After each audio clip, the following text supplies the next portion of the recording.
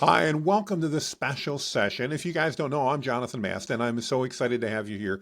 You know, we always try to bring a ton of value, and I am really excited because as I'm recording this, Tony's latest book is just went live. By the way, I'm going to introduce you to Tony Rubleski. Tony's been a friend of mine for many years, just spoke at his event recently, and Tony has literally got hard copies just in hand, came in today of his brand new book, Don't Quit, Do It. Yeah, we were just Yeah. talking pre-call. He's been signing him, everything else.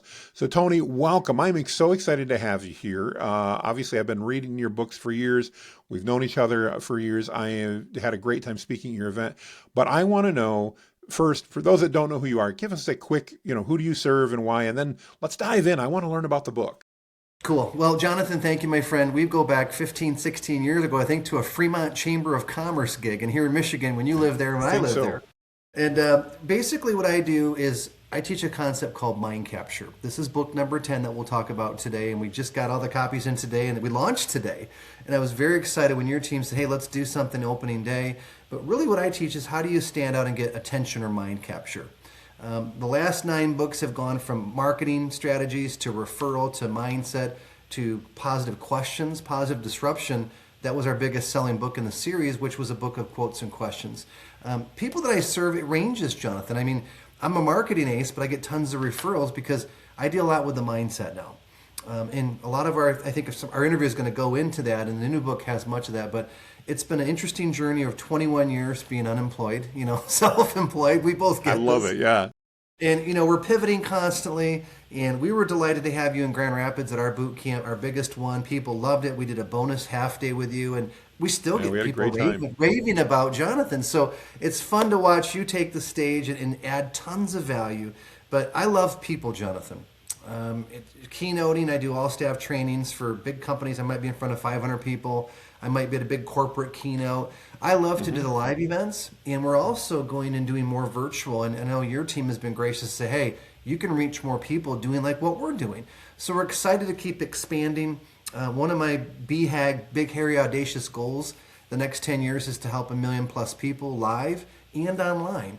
So we might hit it sooner than later, but if we help 5 million people, great. And you're a big part of that, Jonathan, to help spread the word. So that's a quick overview of where we've been and where we're at today. Well, I'm honored for that, and I'm just excited to be here. So, talk to us about the new book. I mean, I've read all your other mind capture books and that, and I've loved them. I love the whole concept about we need to take control of that, and before we can succeed. Talk to me about Don't Quit, Do It, because while it's similar from what we've talked about, it's got a few different angles to it than some of the other books as well. Well, I think the big thing to open up is first of all, thank you, whoever's listening to your audience. We're going to share this interview to the Mind Capture Nation globally as well. So, Yes. for those that aren't familiar, basically this book is a memoir. We're looking back at the last 20 years. The subtitle is 50 Lessons from the Pages and Stages of Life. That is the written word as a writer and a teacher, and as a professional speaker now for 26 years in total, being paid to do this and teach. And looking back, Jonathan, it's taken about 3 years. I wanted to have it done, knock on wood, when I was 50, almost like a 50th birthday gift. It got delayed, life happens, things change.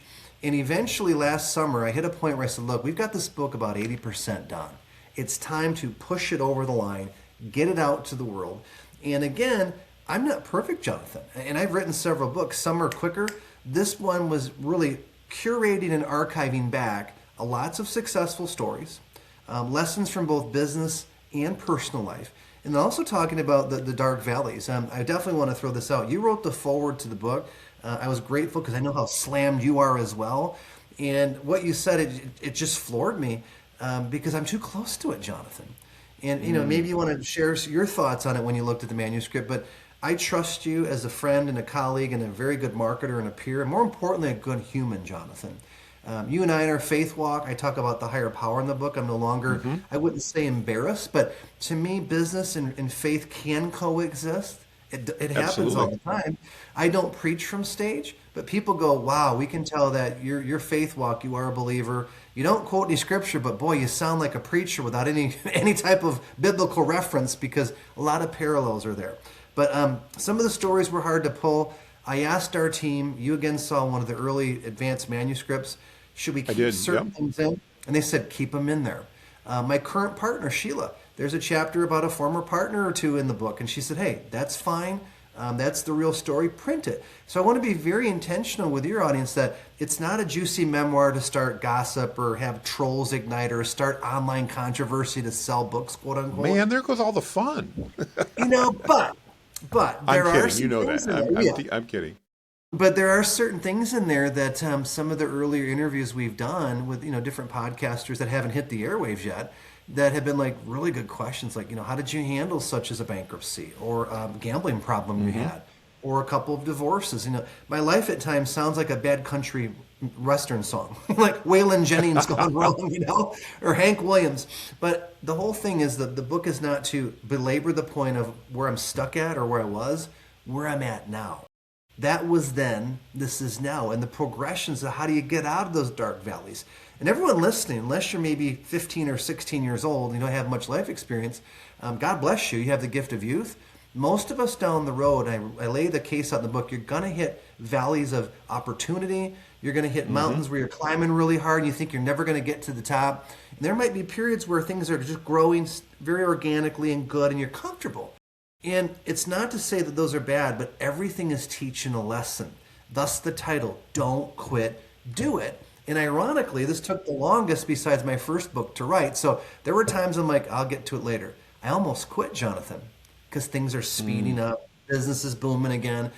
I've had life changes, moving, family issues like everybody else. I said, you know what? If you're going to teach this lesson and make a memoir looking back, you've got to get this done. So I'm grateful that we're here. It's been a long journey, and you'll appreciate this, Jonathan. Your book's coming out. When you get your first case of books, you'll smell the book. And many of your I bet authors, I will, yes. it is the most glorious smell when you open the case of books. I did it earlier on Facebook Live today, and you smell it, you go, oh, we did it. Thank you, God. This is out, and it's ready to go. Well, I'm so excited for it. You said I had an advanced copy. It was amazing. One of the things I loved, probably more than anything, Tony, is that, so many times we read business books and we hear all about the success. I even mentioned this in the forward.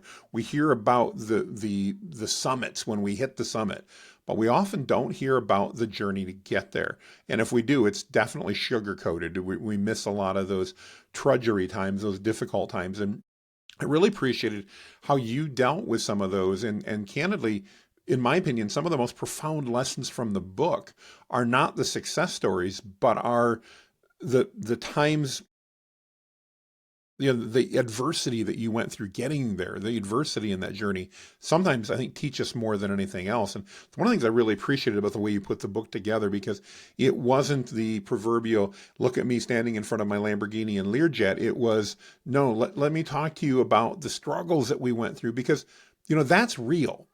My audience knows it. Your audience knows it. None of us are going out and leasing the car to stand in front of, or trying to find somebody on the side of the street and stand in front of their car before they ask what we're doing. That's not what we're about. But yet, to be as candid as you were and as open and share as you did in the book, I just thought was amazing. And it's one of the things I just really cherished about the book as I read it. I thought that was fantastic. Let me ask you, why did you take that tact? It's so tempting in today's society to go, let me talk about the success and not talk about the rest of it. I think it's important, but I'm curious, why did you choose to open up and talk about some of those tribulations along the way? Great question. And Jonathan, thank you again for your feedback, because I'm too close to it, okay? There's two things that jump out: timing of the book and the intention behind it. I wanted it to be done by my 50th birthday, so it could be a memoir for my children, my family, friends, my partner, and my close clients that know some of the stories that I've never made public or shared as much in depth. So the timing was right. And the intention, I'll say this right out of the gate, it's easy to divide people. That's, to me, what fools do on social media and in the world, okay? It's hard to unite. And one thing I built my career on is that I could speak to a group of bankers or a manufacturing company. I could speak to a group of real estate people like I am this week, 200 realtors. And they all say, you know what, you don't talk a lot about religion or politics. And it's not that you're neutral, you're not trying to offend. It's never how I've operated, Jonathan. However, the pull in my faith walk, which I talk about in the book, and some of the valleys I came out of changed me. So the old version of Tony from 35 to 45 now to 53 is very different. It's to lay out the case of why it occurred. not to preach, but to teach. In the 50 lessons in the book, the reviews I've gotten along with yours is like, hey, it's like you could take a chapter a week, sample it real quick, take a nugget, there's a lesson at the end of each chapter, and go. And I want to make it more applicable because the attention spans are so short now, Jonathan. When I wrote the first Mind Capture in 2002 and 3, a long time ago, and Dan Kennedy, Brian Tracy, the big gurus that I look up to got behind it, I was very intimidated. I was 31 years old, 3 little kids. I'm like, I don't know what I'm doing. But we put it out there. And when I made the case, and this is what Dan Kennedy said, one of my mentors and heroes, that you're onto something about the attention problem, because I researched it. I did not know it would become 100 times worse the last 5 years because of social media. We all have a phone like I'm holding in my hand, and it's just getting shorter and shorter. I'm saying, let's not argue with reality. Let's adjust to what the marketplace wants. That's stoicism. It's looking at the reality of the situation versus what you want it to be. Yes. Taking the time to curate, to get people to look at, like Kelsey and our team, I had a couple other people, Advanced Review at Larry Hellman, you looked at it, and to get multiple eyes to say, hey, you're there, and keep refining, and eventually set a deadline. I sat in the desert last May at the Life by Design event that I host. It's the second annual this year. And I sat in a circle with 12 attendees and the faculty. I said, look, by the end of the year, which was 25, this book has to get done. It has to go to press, and it did. Because I thought if I don't have public accountability and in the private circle at my own private event, I may continue to push it out because I was nervous. Again, it's like Rocky Balboa, the movie. Life ain't always peaches and cream rock. I say, you know what, the Japanese proverb, get down, knock 7, get up the 8th. The book, I make the case, sometimes you get knocked down 99, you get up 100. And it's also the cautionary. It's a guidepost to say, don't always do what I did because you're not me, but you may fall in. There's chapters on temptations. There's chapters on forgiveness. There's chapters about follow-up, to ask for more. And out of that, when we're doing the interviews now, there's so many places I can take an audience, but I'm saying, look, I'm pretty confident you will find several things in there. I also had other reviews come in and say, look, this is perfect for your kids, for all your employees. And again, the intention, besides the timing, is to serve people, to say, look, do not quit. Okay, I got my shirt on here, okay? And underneath it, we talked about this, I have the Superman shirt on. Every person on this call has a Superman or a Superwoman logo. But the problem is, we hide it. Yeah. And we might come out of the gate, we put our post up, we do some videos after watching you on AI get us inspired in your car to do videos. Then someone cuts us down and we start to go, uh-oh, we button it up. Then we get another negative comment, we button it again. And we lose the sight that we have incredible power and talent to help serve others. So what I'm saying tonight in the interview, if you're listening to audio, is release that Superman cape or Superman and get it out there. Go. The world needs your talents, Jonathan. Anyone listening? We're all given these God-given talents to use them. It's easier than ever to hide out, to make an alibi, and I know because in the book, I've done almost all of them, Jonathan, at various points. And I've hidden them real well. I've hidden them real well. And it's like, it's time to come clean, or they say, come to Jesus moment, and to make sure that my partner, my children, my top clients, my extended family, I have a huge family, I represent them to never disintegrate the family name. Because in the past, I've had some things that really hurt people. Many have gifted me with amends and forgiveness, and that has taught me so many things, Jonathan, that help me be a better businessman, a better employer, a better partner, a better writer, a better believer. So I'm putting it all in there. There's nothing withheld. It's all the soup's going in, all the recipes are going in the soup per se with the book. Well, I think you've done an amazing job. And like I said, I really appreciate how you put all that together because I think it's so great. I'd love to hear from your perspective as you've written this. This is book 10, right? Out of the Mind Capture series. So as you've written it, has your audience changed at all in your mind, or maybe more particular, who in your mind is this book for? Who should be reading this book? You know, it's a great question. I have never been asked this. Definitely the audience has changed. I've had some that have been with me from the beginning that are like, oh, you're the Mind Capture guy, the pink tie or the pink brain, because they remember the first few books and the logoing and the imaging. And what's happened is the gift of time and wisdom and perspective as my writing keeps evolving. I think it's partially a little bit of my ADHD as a creative, which I think is a superpower. No pun intended with my super manager. Yeah, absolutely, yes. Yeah, we leverage it. And Jonathan, you and I have talked about this at our live event, and it was beautiful to watch you relate that to our audience right out of the gate. That hey, you take your assets and you leverage them and your weaknesses, and you hire or you have people help you.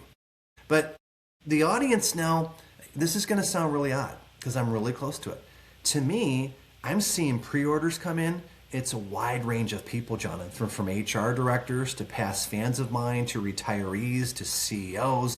And my gut says when the book lands and the people that give the gift of attention to read it, we're going to have people going, I need 500 for my entire company. I've already had some orders come in for 75, 25 here. And I think what will happen is the senior management might look at it and go, all right, someone's going to become a fan and say, everybody needs the book. So it's launch day, Jonathan. So we're in the beginning of shooting this message around the world, and time will tell. I'm excited to share it because it's been taking so long to get it out there and to remove my fear that it's time to go. It's time to get this out. So I believe, obviously, corporations will see it. I believe that many HR, I think there's going to be mental health professionals that have bought my other last few books that are really going to dig it. Everyone screams authenticity, be real. It's hard to do that, Jonathan. It's difficult. And there are some things that for the sake of others' safety and discretion and privacy, you just don't reveal, okay? Yeah, absolutely. There's a chapter in here about forgiveness that's about a former partner. And it was tough. And I went round and round. I prayed on it. I meditated for about a month. I showed our team. I showed my current partner. I said, are you okay? And they said, leave it in there. Because I didn't want to hurt somebody. And I have a feeling this person may read it. And I hope she goes, wow, he's had a change of heart where I'm not out to attack. But I cannot put that in the book, Jonathan, because it was a very difficult year when this was all happening. Sure. And breakups happen all the time. But if it impacts your business, your ability to serve, if there's other families and friends involved, I never want to hurt someone as collateral damage as a writer, ever. So good. So good. There's a couple things I'd love to go dig into just a moment, if you don't mind. I know, you've got a busy schedule today with the new launch and everything, but one of the things you talk about in the book, as I'm looking at the notes, is you talk about that, the world doesn't reward ideas, it rewards completion. And in a world where so many of us are constantly planning and constantly getting ready versus doing, what is your advice to that entrepreneur who has been talking forever about we're going to do this, I've got the ideas, but isn't necessarily on that path to completion? What's your counsel, your advice, your guidance to that individual? It's a tough question. I'll draw from other CEOs and leaders and salespeople that I've coached to look for the patterns. I'm always looking for a pattern of consistency. Earlier book, Trailblazers, was on leadership. And I look for the 7 characteristics all these trailblazer leaders have, that they seem to all integrate these traits. A couple things to answer the question is set a deadline, Jonathan. And accountability is king. So if you hire a coach, when I've hired coaches, I have new coaches now. I pay them to kick my butt and to hold me accountable. Not to flatter me, because at this point I have a lot of yes people around me like, oh, you're great, we like your material, and I'm always grateful and honored for that. Never going to be upset. I need someone saying, hey, have you thought about maybe trying this? That has the validity and the track record for me to believe that they can do it because they've done it. But a deadline and accountability combined, if it's a mastermind partner or a coach online, or maybe some of the folks in your groups that are in the AI groups, I follow your groups. Maybe they form a small group of 5 that say, hey, we're going to coach with Jonathan directly. Let's hold each other accountable because maybe Jonathan can't do that. And when you start to do that, it becomes fun. And something that's more of an advanced strategy is I'll put out, hey, I've got a book coming out next year, and I put a deadline date, and now I've got to hustle backward. I don't recommend that out of the gate. But remember, Rome was not built in a day. It's the journey of 1,000 steps begins with the first step. And what's beautiful is when you get momentum and you start to go, okay, let's look at the end goal and break it down into steps. Brian Tracy taught me this. I've interviewed him a couple times. He's brilliant about breaking down a large goal and chunking it down. It's called Eat the Frog. Eat the Frog is one of my favorite books of all time by Brian Tracy. It's picking a task and working at your biggest task once or twice a day, and then you chunk it down eventually. Coaches, accountability partners, you start to combine them, eventually You'll either do it because they're pushing you on, or you're going to feel deep down a sense of, I'm letting people, I got to get this done. So whatever Mm. you've got to do, as long as it doesn't hurt other people and you don't feel like you're hurting yourself, obviously, I have a lot of strategies in the book about playing mind games when your mind's going monkey and you can't focus. I have those days where I don't feel like doing things, or I'm like, I'll push it off. And there's several things to do that I share in there. They're called pattern interrupts. I didn't create this. This is known Hmm. from NLP, Neuro Linguistic Programming. But I put in there 10 ways that I use and teach my top clients how to override the mind when it doesn't want to cooperate. And some are just Mm. simple. Put on music, take a walk, go to the gym, call a friend, thank a client, text somebody, put on a YouTube video that's comedic. But it gets your mind reframed to take action again. Okay? I'm not a motivational speaker, Jonathan. I try to inspire people. I want them to ask better questions. And one of the interviews I did yesterday, the guy said, "You are the master of questions." And I'm like, okay. And I really respect him a lot. His name is Dr. George Bruno. And I was like, wow. And he's many years older than me.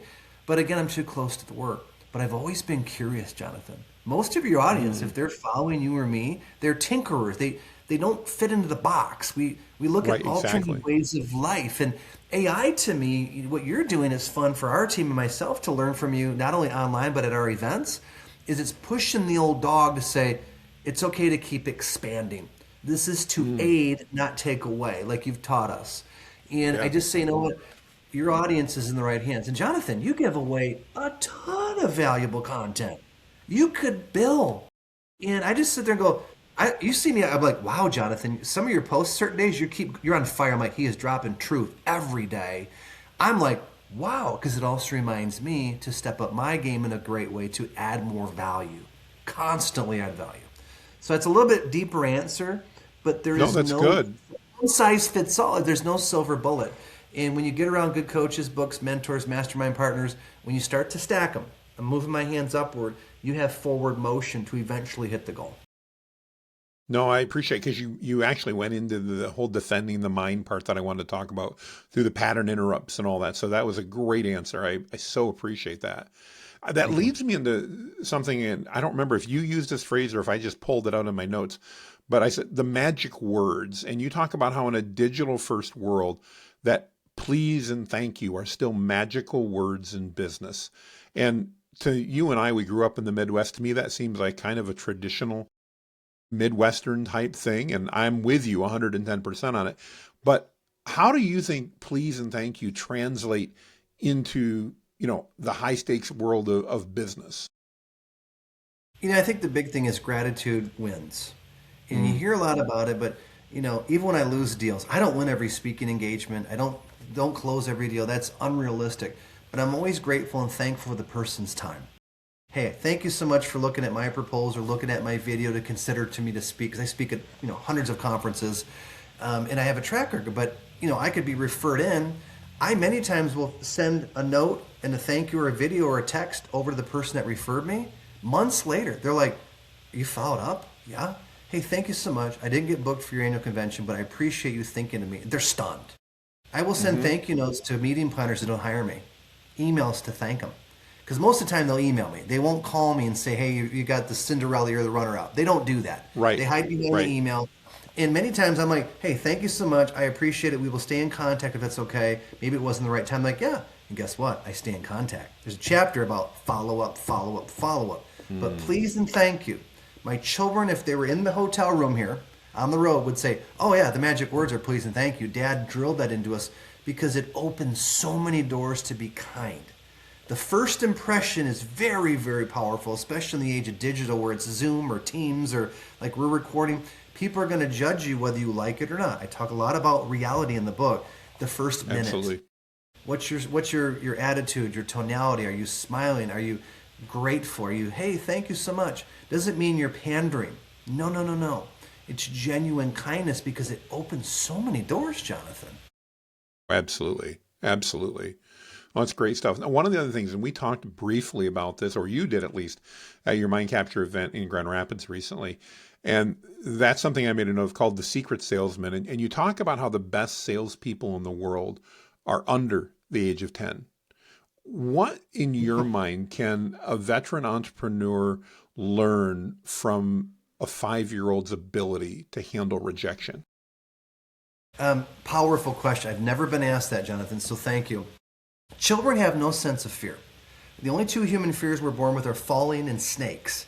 I don't know how that works, but that's the facts, okay? Still But got as them we both, get, so that's good. oh, yeah, if I see a spider, ask my partner Sheila, I saw one in Sedona, I about ran out of the place. I'm like, I'm out of here. There's a tarantula right there, big spider.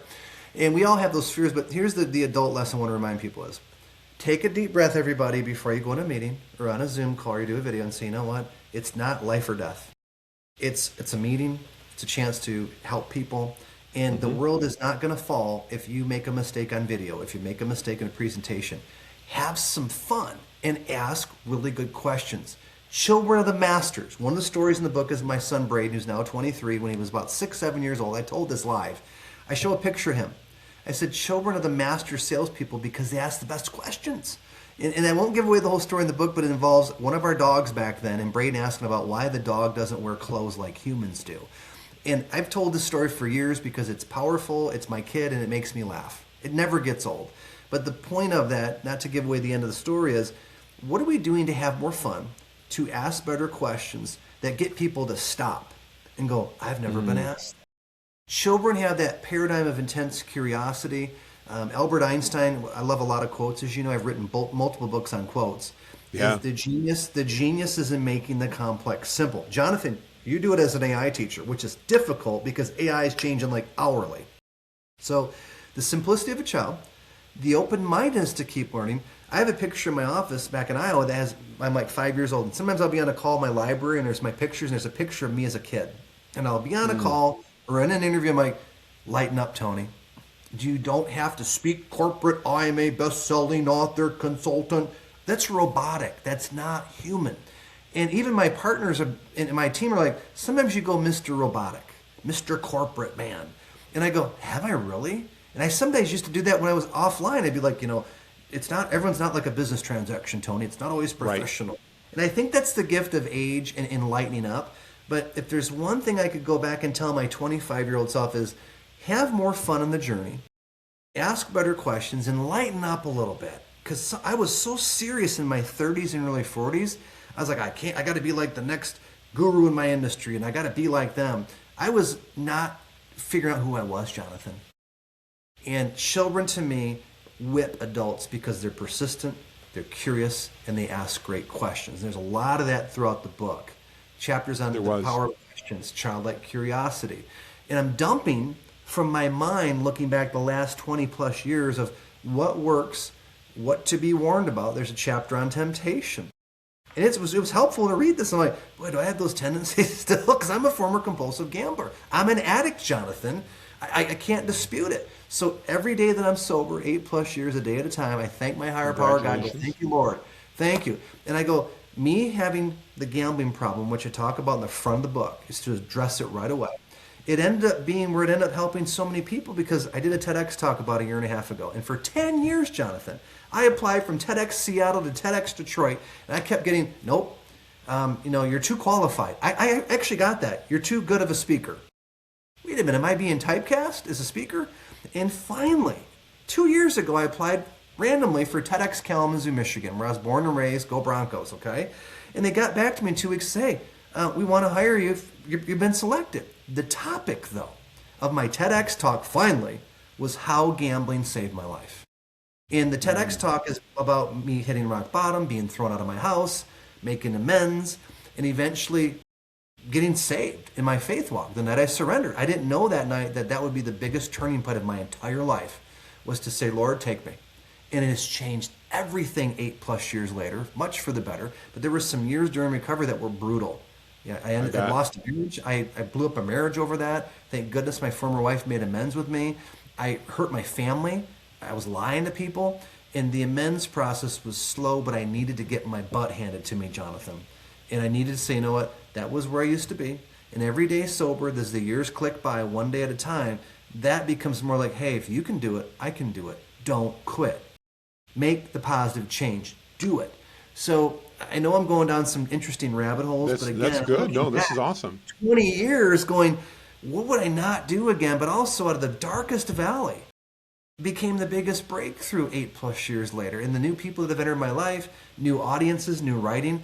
I had a decision to make, and I told this in the TEDx talk. The short version was, okay, let's turn our energy now to writing. So since I quit gambling, I've knocked out 5 more books. So it's like, okay, we've got a new goal to serve, to learn the lesson. Don't sit on stage and wallow in it or do fake tears. Jonathan, you and I see a lot of speakers that cry on cue.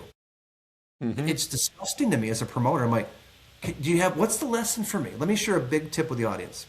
You're going to have adversity. When you decide to share it when you're ready, at your discretion, make the story about 20% of this, what happened, and 80% about the lessons for the audience. Online, offline. That will endear them to you. Again, as a professional speaker, I know this. But when you have really, really powerful stories, which every human has, you should catalog them. And when you're ready to share them, either in writing or you're teaching, or as a PDF, or if you write a book like you and I do, be prepared that it has to be about the reader. The hardest part of this book was not making it about me, I, me, I. That's all over the internet. You see it on TikTok, Instagram Reels. It's always me. But if you say, hey, here's what happened to me, and here's 3 tips that can help you to avoid it or to learn from what I did, then people are drawn because you're making it more about them, not just you. So good, so good. Well, as we bring the plane in for a landing here and try to be respectful of the half hour I've already exceeded, one more question I really wanted to ask you about, and it was mainly because where it came from. So I don't remember the exact year, but you talked about you met Jeff Bezos years ago. And the fact that one of the things he told you from my notes was that high achievers must be willing to be misunderstood. And I'd love to hear from your perspective why you think it's so important for us as entrepreneurs and leaders to be willing to be misunderstood. It's part of the curriculum they don't sell you or tell you about. Yes. It looks really easy when there's a kid on YouTube that's got 30 million views and getting a $5,000 check from YouTube or Instagram every month. But I say, what's the staying power of that kid 10 years from now? Have they made their fortune and sustained it? Same is true. I'm holding up my book. There are thousands of books put out every day, Jonathan. Very few sell more than a few hundred copies. Most people never read beyond page 20. And there's nothing wrong with that. At least they got the book done. If it helped one life, great. But you look at publishing, it's competitive. It's people think, oh, I'll put a book out and people will beat a door. Jonathan, we're working hard the last 90 days to pre-promote, build the launch. Now we're in launch. I'll give you another behind the curtain moment. We're going to push out another 90 to 120. Most New York published books go 30 days and they move on. Now we're going to stretch this out until the summer. Okay. And the reason is we know a way that we can reach more people. We're not going to quit. There's more audiences. We can't do all the interviews in the first week or the first 30 days. I'm starting a tour next week. I have gigs this week live. So we want to keep expanding, but that's misunderstood because people go, it can't be that much work. Well, it's easy. Well, You've already had multiple bestsellers. You've written 9 books. It's never easy, Jonathan. Let me get this out of the way, and it's right up front in the book. There is no secret hack. You talked about it in one of your posts last week. I wanted to jump through the computer and high-five you. There's no silver bullet, Jonathan Mast. True. There are multiple ways to achieve a goal, but if someone says there's the magic tweak, it does not exist. If it did, we'd all do it. And the market's changing. People's life references are different than one person to the next. So I had to say there's never an apples to apples pure comparison because humans are all unique and very different. So the Jeff Bezos story was like Forrest Gump, the movie. On the road, I meet rock stars, which I talk about Mick Fleetwood in the book about how I got in the green room and like basically stopped. I kept hearing the word no. I'm like, no, can I please meet him? I won't say anything. I spoke on the venue and I persisted my way like a small child to get to meet Mick Fleetwood and talk with him for like a half hour. It was brilliant because I wasn't afraid.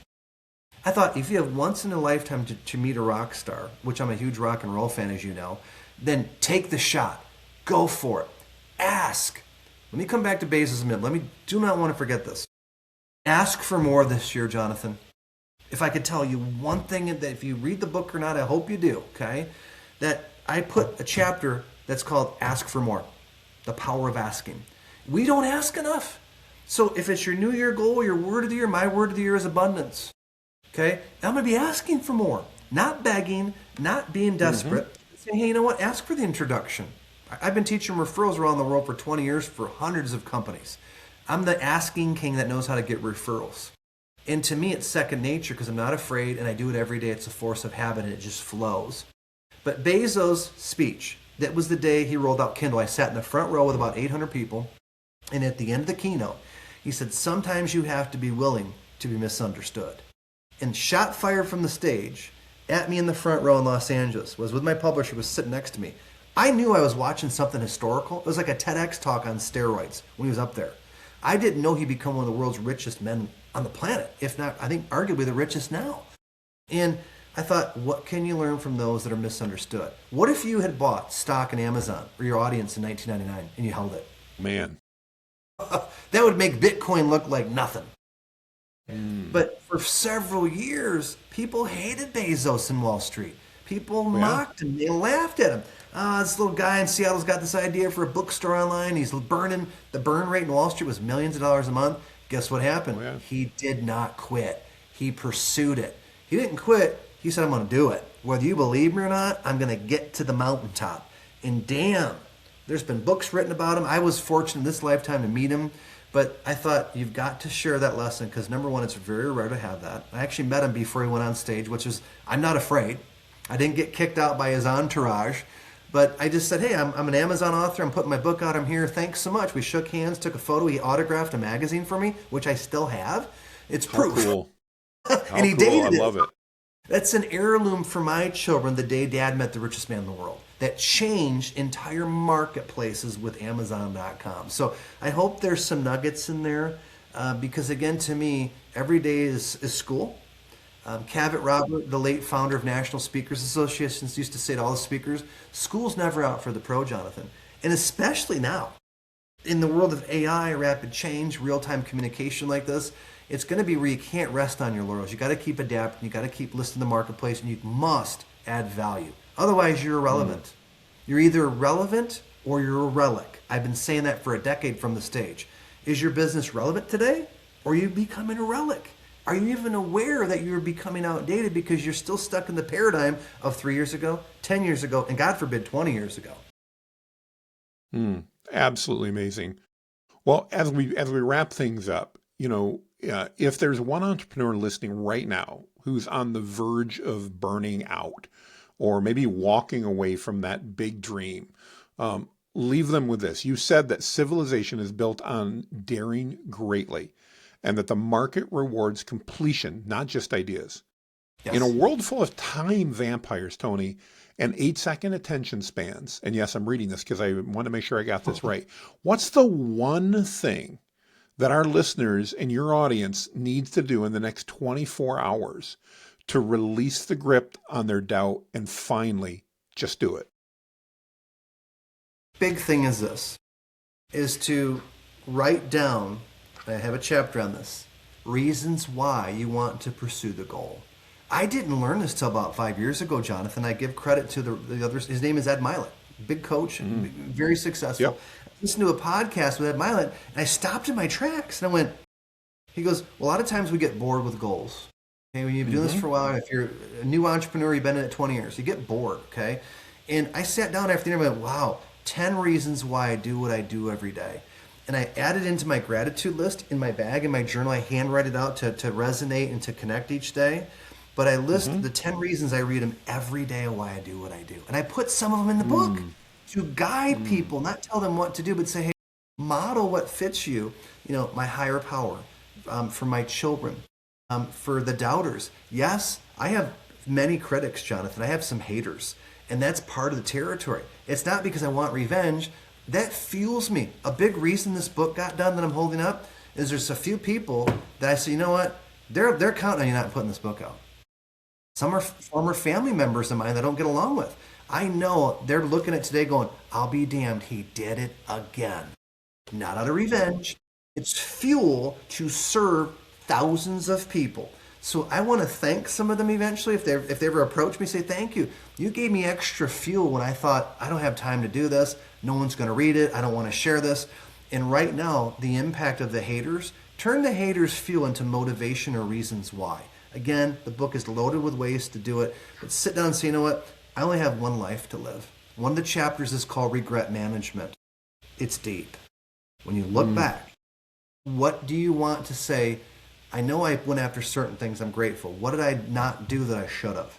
And again, I've said for the last few years, I'm in the regret management business, Jonathan, especially with my high-level clients, to get them to say, you know what, you saw more of me than I could ever believe. Well, I know you have it there. I've got to try anything I can at times to get you to take one action step. And then when you get momentum, you believe, you'll take the next action step. It's gradual progression. You don't go 0 to 100, you go 0 to 5, 5 to 10. You might go 10 to 15, 15 back to 10. You persist, you might go 15 to 30. You wake up in 6 months, certain goals, you're at 100% because you did not let your mind, haters, distraction hit you. And a lot of this book is based on the other ones about mindset. How do you tune the mind up? You and I have had these conversations privately. The mindset's critical to try things such as AI because it's so different. And if you don't believe, then you're not going to try it. You might go, oh, I did something here and I came up with a great prompt. And you're like, is there more to do? Yeah, but that's all I could do. Really? There's a whole lot more. You eat the whale how? One bite at a time, Jonathan. And I want to lay the case out. Good. Success is a gradual progression. It's the snowball that gets going down the hill. And if you believe, and even the off days, I have off days. Here's the myth I want to tell everybody. I am not always positive. Ask my kids, my partner, my family. They're like, some days I'm grumpy, but I'm like, I can't afford to have too many bad days because too many people count on me. That's the lesson of leadership and responsibility, Jonathan. And I hope everyone that's listening says, you know what? I got 1 or 2 nuggets from this interview that might help me right now the next 24 hours or a year from now or 3 months from now if they pick up a book and go, you know what? I went to that chapter and it spoke to me right then and there. That's why I share it. Jonathan, a book is a steal. The best 20, 30 bucks you can spend. Most books are free. Speaking of that, how can our audience steal that book? How can they get that? Because you're right, the value for 20 to 30 bucks. How do they get the book? I mean, we want to. Thank you. I'm telling you, guys, I've read the book. I had the pre-launch copy. I got to write the foreword. I was honored to do that. How did my audience get a hold of the book? Where's the best place for them to do that? Thank you. And I'll put the link down in the comments. Yeah, we self-published it for a variety of reasons, and I might hit that real quick if you want to. But go to Mind. Oh yeah, we should. I totally forgot about that. Yeah. We'll end on that for the publishing, but it's mindcapturegroup.com. Again, mindcapturegroup.com. The upper right corner says buy book now, and it's easy to go there. And the reason I'm directing to the website is we bypassed Amazon this go around, and for now. Now, if the book goes massively wild, I will entertain my publisher of record and other publishers to pick it up and let's go even bigger. But that process takes sometimes 12 to 18 months minimum to get it out to the marketplace again. So publishing, your questions for me. This was pre-interview. I said, if you want to go there. We talked about you self-published. And I know a lot of my audience has wondered about that. Talk to me about that self-publishing process for a couple minutes. It's a great option that used to not exist. Okay, 20, 30 years ago was very difficult. But there's so many resources now. There's coaches. I wrote a book, Jonathan, So You Want to Write a Book, How to Get Off Your Ass and Make It a Reality. It's a little tiny book that I wrote in between Positive Disruption 1 and 2. And people said, man, that little book, it's like a little pocket book. It was like someone listening to me for 2 hours, sneaking over my shoulder, listening to me consult somebody. But to me, self-publishing is easier. It's faster. There's plenty of good coaches out there. There's resources. And it's the balance of this. Paying someone to help you and do it yourself. Any first-time author, I say, look, use a hybrid of that if you can. You don't have to spend thousands of dollars unless you want to. But I've coached authors that have guerrilla marketed their books for a few $100 to some that have went with vanity publishers for 30 or 40 where they pay to play, to some that get a straight advance. I've done all of them, Jonathan. And I'm still learning. Let me share a real-world example. Last summer, Wendy Kuhn, who you met at my event, who works with me on boot camp, we coached a friend of mine, Mike Hartwickson, about a book about food banks. He's been feeding thousands of people for 20 years. I love this man because he's a giver and he's helped thousands of families. We interviewed him over lunch and we were recording. And later that day, because Wendy's really good with AI, she sent me back an email at 5 o'clock. The book was almost all written because it transcribed the audio over 2 hours. And I thought, Mike, your book's almost done. And I sat in the driveway at my house, stunned. I went, this is a whole new ballgame. AI has changed everything about what you thought you could do and the speed and how quick and how efficient. There's no more excuses, Jonathan. It's easier than ever. And I'm just going, we didn't have this 5 years ago, yet alone when I was a pup, 25 years ago as a rookie, I used to go to seminars to study with the masters live because we didn't have YouTube. So if you Exactly. got an idea, model other writers, look at options, look at what's, even if it's an ebook to start, you can turn one around in a day or two, Jonathan. That is the foundation. You say, all right, let's expand the ebook. Let's get it out there. And then if it's doing well, let's go to a publisher. Maybe we self-publish. But the big reason we do it now the way we do is we want to have control of the list, not to sell people and email them constantly. But we know that if I put a book on Amazon and they recommend other books, I don't know who they are. I get a royalty Exactly. check. A few months, 90 to 120. I'm like, I don't know who the buyer is. With 9 other books, now 10, I want them to dip into our world so we can know who they are. We can offer them other books, not sell them every moment. We can invite them to boot camps like you spoke at, other live events, and they can get to know us in the flesh versus just far away.